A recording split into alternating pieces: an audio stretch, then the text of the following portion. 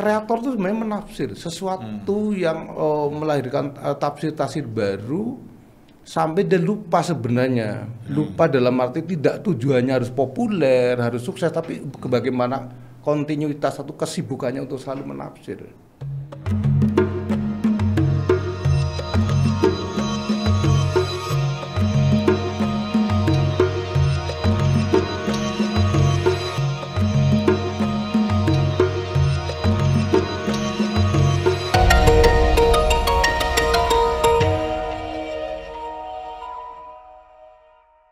Halo, ketemu lagi dengan saya, Kus Indarto, di acara Kota Seni Kita di TVRI Stasiun Yogyakarta. Kali ini saya kedatangan tamu yang sudah sangat dikenal di dunia seni, khususnya seni rupa. Namanya Bung Nasirun. Ya, selamat pagi. Selamat malam juga ya, nonton, tergantung nontonnya itu. Tergantung nontonnya ya. Dan ini dalam acara apa Pak Gus? Kota Seni Kita. Kota Seni Kita. Ya. Ini saya sebenarnya agak malu tadi karena saya ngundang beliaunya dengan jam yang sudah saya tentukan sendiri, tapi saya datang terlambat, kalah terlambat dibanding beliaunya. Ini kayaknya berhubungan soal disiplin ini.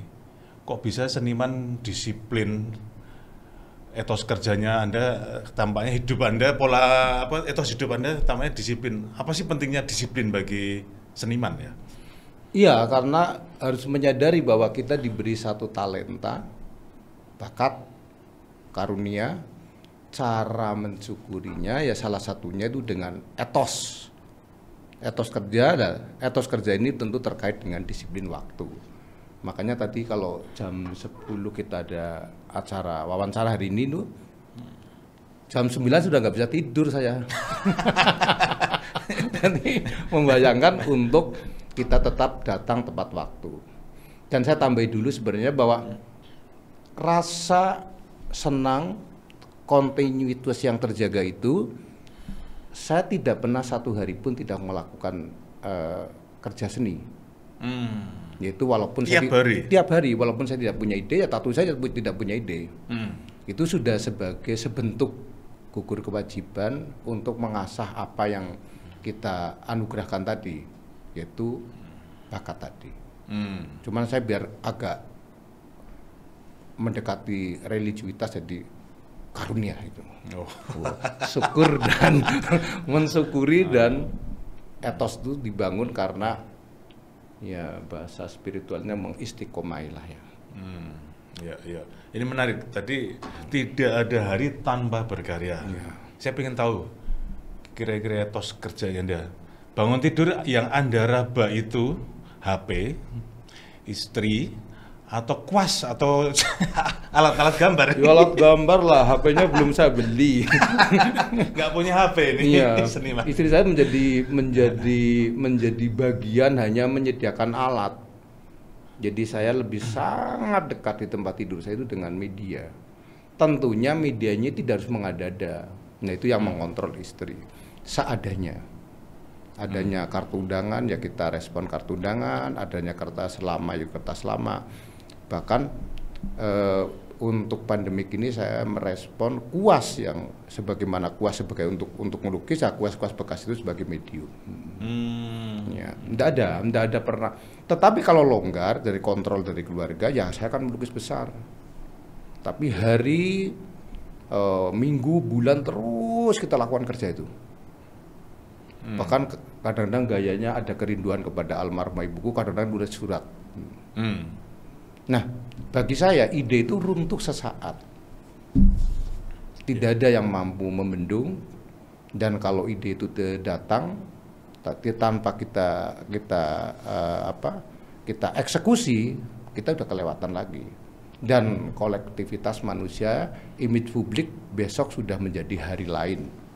Oh besok hari Kamis, hari Jumat. Kecuali saya mempunyai kemampuan membendung hari itu. Wah kan itu kan membendung waktu. Membendung waktu tidak mungkin, maka waktu kita selalu seirama dengan waktu. Kecuali itu juga apa ya? Kayak petani ya ini. Kesadarannya ya juga kesadaran untuk berproses, proses is proses itu. Ya. Nah, soal ide. Dari mana datangnya ide kalau dalam pengalaman Anda? Kalau kontinu terjaga, ide itu akan datang. Walaupun kita dengan usaha, dengan sensasi apapun, kalau kita menunggu ide tidak akan mungkin akan kita ketemukan. Problematika saya kira sudah menjadi bagian dari ide. Hari ini tidak bisa tidur ya, kita catatlah. Hari ini mungkin kita kecewa dengan keluarga. Hari ini kita bahagia. Hari ini mungkin ada sandaran kemanusiaan, ada keharuan. Itu sebagai modal. Embrio untuk saya catat. Kadang-kadang bukan hanya catat. Kita karena berbasic seni rupa, kadang-kadang kita mengglobal menjadi apakah itu sketsa ataupun drawing atau sesuatu yang betul-betul abstrak gitu. Uniknya, kumpulan-kumpulan itu kadang-kadang menggoda kita untuk membuka kembali, dan kadang-kadang dengan momentum yang paling tepat itu kita kadang melakukan satu kerja melukis berdasarkan embrio tadi. Ini menarik. Saya ingin mengingatkan kembali ke pemirsa, Nasruddin ini adalah sosok perupa atau seniman seni rupa yang salah satu yang sangat produktif di Jogja, bahkan mungkin di Indonesia ya. Ribuan karya sudah lahir dari tangan dan pemikiran dia. Tetapi juga ada satu hal yang menarik, ide-idenya, ide-ide karyanya antara lain dipasok dari soal dunia pewayangan. Nah, saya pengen ngulik sedikit lah tentang ide. Anda tadi lahir, ide itu nyaris dari mana saja. Tapi ada satu kurun waktu Anda ide-ide karyanya berasal dari wayang. Bagaimana Anda bisa menggali tentang wayang itu? Tentu ada romantisme ya masa lalu ya. Mungkin waktu itu tontonan yang bisa kita nikmati mungkin pertunjukan wayang. Waktu kecil kan. Dan tontonan itu sangat membekas dulu. Dan tontonan itu menjadi relevan juga dalam situasi hari ini. Jadi wayang bisa sebagai tonggak awal untuk romantisme, untuk menggali lagi ide-ide. Dan wayang itu juga tidak berhenti pada sebagai pertunjukan, tontonan yang menjadi tuntunan. Jadi dalam pakeliran mungkin sebagai alam mikro. Akhirnya kita melihat hari ini adalah sebuah alam makro yang relevan sekali dengan pertunjukan masa lampau. Yang unik, ada tantangan lagi kalau sebagai seorang kreator tadi, dengan etosnya tadi. Kalau hanya 2 epos, katakanlah Ramayana Mahabharata, itu hanya cukup 2 malam selesai. Kenapa bertahan sampai 150 tahun, bahkan 200 tahun yang lampau? Berarti ada tugas penting, tugas besar, tugas unik, tugas para kreator untuk melahirkan tafsir-tafsir baru, di mana wayang yang textbook yang pakemisme tadi, tugas generasi berikutnya melahirkan sebuah lakon-lakon carangan. Jadi lakon-lakon carangan adalah lakon-lakon yang memberikan satu kontribusi untuk memberikan nafas panjang dari warisan masa lampau itu. Tentu wayang itu sangat dekat. Dan maaf, saya tidak mengada-ada karena kita dekat, jujur sih belum. Tetapi kita pertunjukan yang itu sangat relevan, dekat, dan kita gali kembali sebagai sumber ide. Ya, dekat, saya pengen belum jelas. Dekat itu pengertiannya apakah dunia pewayangan itu representasi dari kehidupan manusia gitu maksudnya? Iya, sangat. Nah, ini ada kedekatan. Ya. Secara historis ya dekat, karena waktu kecil itu kan begitu dekat sekali dengan pertunjukan itu. Jadi tadi saya awali dengan romantisme masa lampau tadi, karena kita selalu selalu punya kedekatan dengan tontonan yang mengandung nilai tuntunan tadi. Itu satu-satunya pertunjukan di waktu kita kecil. Jadi orang liane. Orang belum ada musik lah, belum ada lah ya. Ada. Tapi adanya cuman wayang. Secara kebetulan Mas Kus, jadi ibu saya sebelum menjadi mualaf juga orang yang punya kedekatan dengan mitos atau mistik. Karena ibu saya itu berkeyakinan, itu Sunda Wiwitan, kalau di Jawa mungkin Kejawen. Dan beliau melakukan satu prosesi spiritual namanya sesaji. Lalu melakukan ritual menatap langit, ritual menyapa bintang, menyapa bulan sabit. Nah itu juga salah satu warisan ya. Jadi aku baru tahu warisan tuh.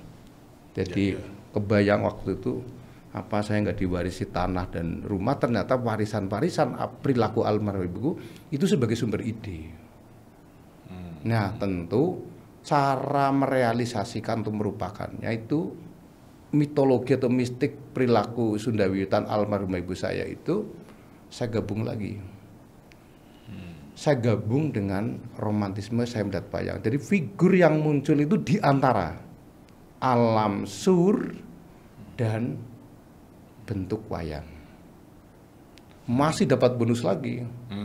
Perilaku almarhum ayah saya yang notabene seorang badal torekoh tadi. Jadi orang yang melakukan ritual keagamaan tetapi dia punya satu kedekatan sekali. Kerinduan bahkan. Dengan metodologi mencapai kepada ketauhidan ataupun keesaan ataupun ketuhanan. Nah, di sana otomatis memberikan satu gambaran itu saya gambarkan. Jadi campur-campur kayak gudeg Jogja itu. Menjadi multi cross. Cross pertama kali adalah antara kebudayaan lokal wayang tadi dengan kebudayaan tarekat yang dilakukan almarhum bapak saya dan perilaku almarhumah ibu saya sebelum menjadi mualaf dengan Sunda Wiwitannya itu. Mungkin orang barat ataupun selalu menengari bahwa karya Anda adalah ini sinkretisme. Jadi penggabungan dari berbagai macam. Agak narsis sedikit.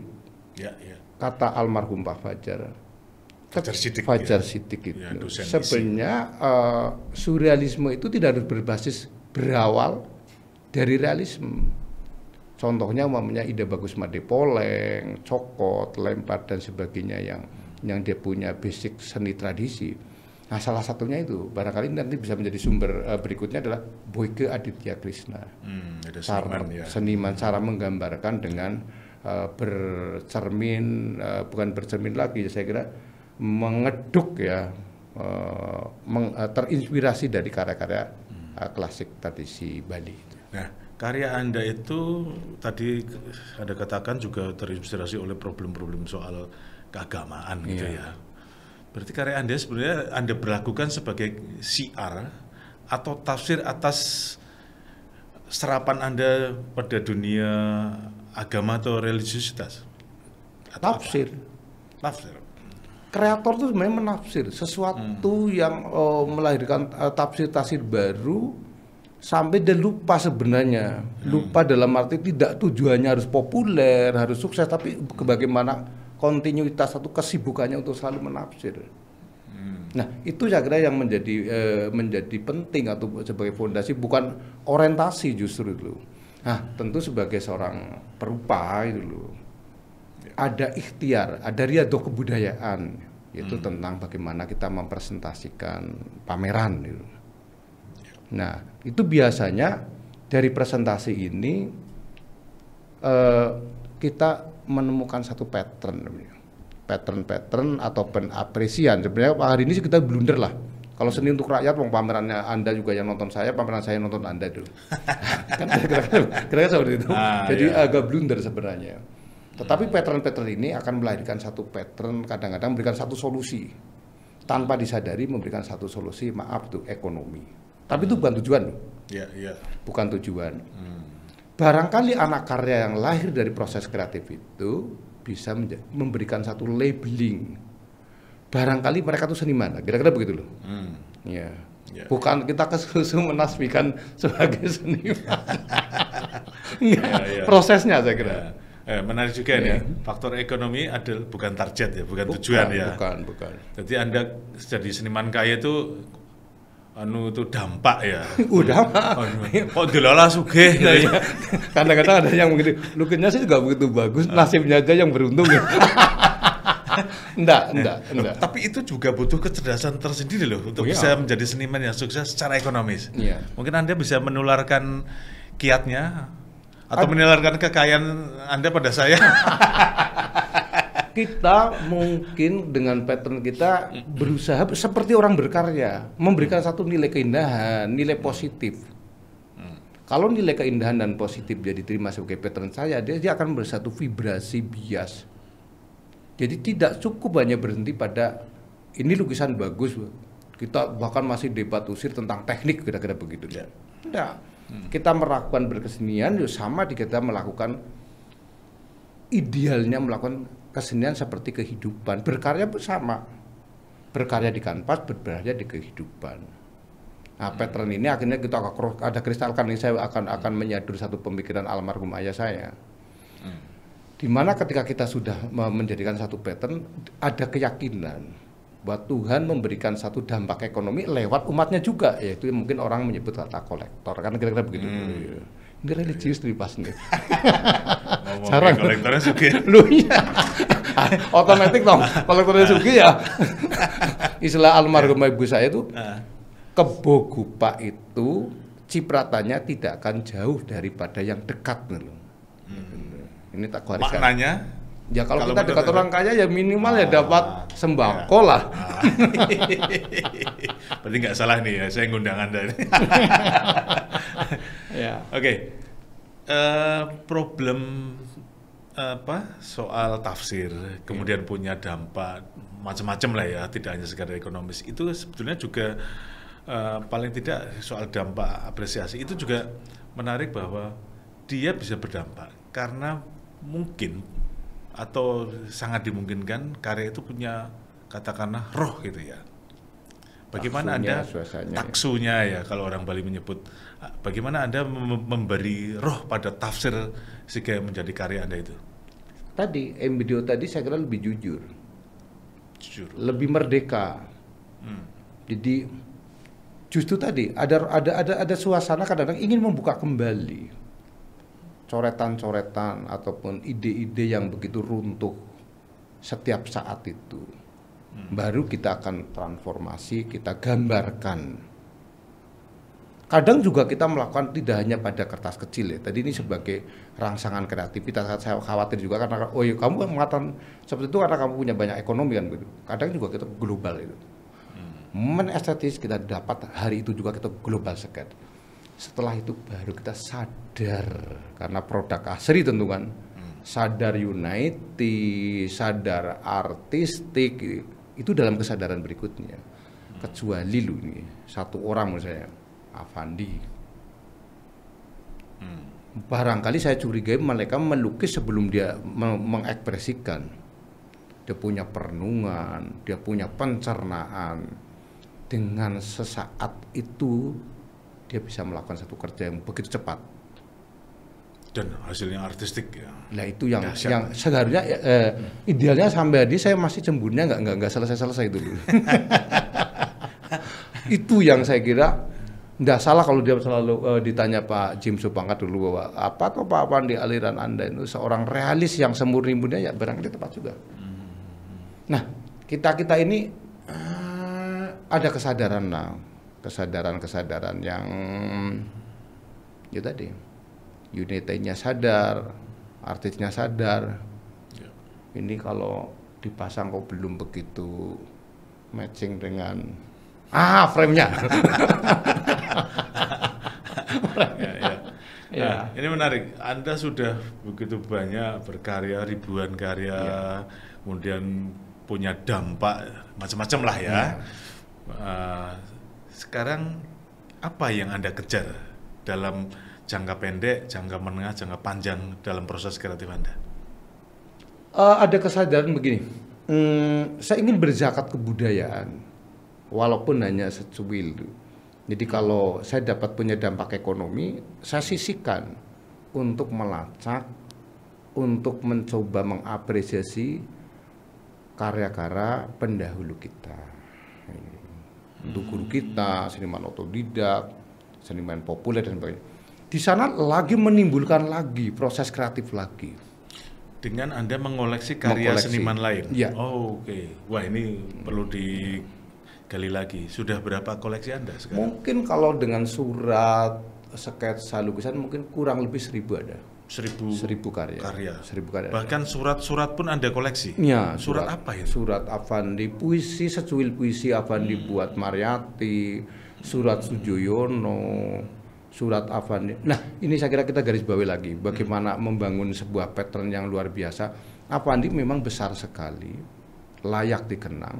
Karena 60 surat yang saya dapatkan dari almarhum Avandi, dia selalu menyurati kawan-kawannya, apakah itu Rusli, Sudarso, Hendra. Itu surat Avandi ketika di luar negeri? Enggak, di Indonesia. Di Indonesia? Di Indonesia. Oh, Iya. sesama di Indonesia ya? Sesama di Indonesia. Ada yang dari luar negeri juga lah ya, tentu karena dari kertasnya berbahasa Belanda waktu itu. Dan mereka tuh sangat mengapresiasi karya orang lain. Bahkan lebih banyak saya baca itu ya, lebih banyak mengagumi karya orang lain. Makanya kalau mereka itu proses kreatifnya sampai menanam sebegitu arifnya, Avandi itu diapresiasi, ya itu memang karya mereka. Orang mungkin hanya berhenti melihat lukisan Avandi, mahal, cepat. Tapi Avandi juga melakukan satu kerja yang berbeda dengan seniman lain. Nah, itu yang sudah Anda lakukan dengan mengoleksi ya. Ya. Nah, lalu ada zakat kebudayaan apa lagi yang Anda sedang lakukan ini kira-kira atau ingin mendedikasikan karya mereka. Jadi saya tidak punya cita-cita bikin museum karya saya, tetapi saya ingin sebentuk terima kasih, ingin mendedikasikan ruang buat para pendahulu saya. Karena bagi saya kita ada generasi penerusnya. Kalau kita terpotong sejarahnya ya barangkali puzzle-puzzle inilah yang sebenarnya saya ingin saya coba menjadi sebuah puzzle yang nanti bisa sebagai warisan saya kira.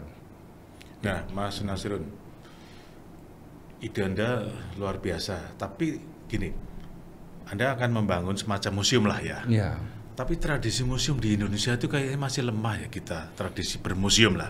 Bagaimana Anda menyiapkan tradisi ini paling tidak pada minimal keluarga dan lingkungan Anda? Ya, jadi ini baru-baru ini bahwa ruang koleksi saya kerjasama dengan Amanjibo Hotel sebagai destinasi wisata. Ini mungkin sebagai closing ya. Mengapa tidak Jogja sebagai kota seni? Kalau ada mappingnya, studio seniman ini tidak hanya seni rupa loh, saya kira seni pertunjukan dan seni apa sajalah. Kalau ada mappingnya, saya kira itu sebagai tujuan wisata. Tentu keistimewaannya tidak diragukan dan mungkin satu-satunya di sebuah kota yang kota budaya di mana mappingnya itu ada dan sebagai tempat kunjungan untuk tempat mengapresiasi, karena tanpa itu kita agak terpotong bahwa hanya orang siap pameran ataupun mengapresiasi pada event pameran, padahal semua studio seniman, saya kira studio seniman itu adalah ya studio, ya galeri, ya museum yang layak ke depan, saya kira bisa menjadi tujuan wisata. Oke. Untuk tidak terpotong dengan publik, saya kira begitu. Ya. Terima kasih. Ini ada pertanyaan terakhir. Anda seniman yang kaya lah ya, tapi nggak punya HP itu. Apa strategi Anda dengan tidak punya HP ini? Moga-moga nggak dipublish gini. Publish aja, nggak apa-apa. Tangan saya untuk lukis aja lah. Untuk lukis aja. Nanti kapan-kapan baru beli. Mungkin untuk Anda bisa untuk nonton apa. Oke, ini bercanda. Terima kasih Mas Nasirun. Sama-sama. Teman-teman atau pemirsa sekalian, kita nggak punya banyak waktu lagi untuk bisa berbincang tentang sosok Nasirun, tapi mudah-mudahan kesempatan lain kita bisa menyambung lagi dengan perbincangan yang jauh lebih menarik lagi. Terima kasih. Sampai ketemu lagi. Sampai ketemu. Saya Kus Indarto dan Mas Nasirun. Salam.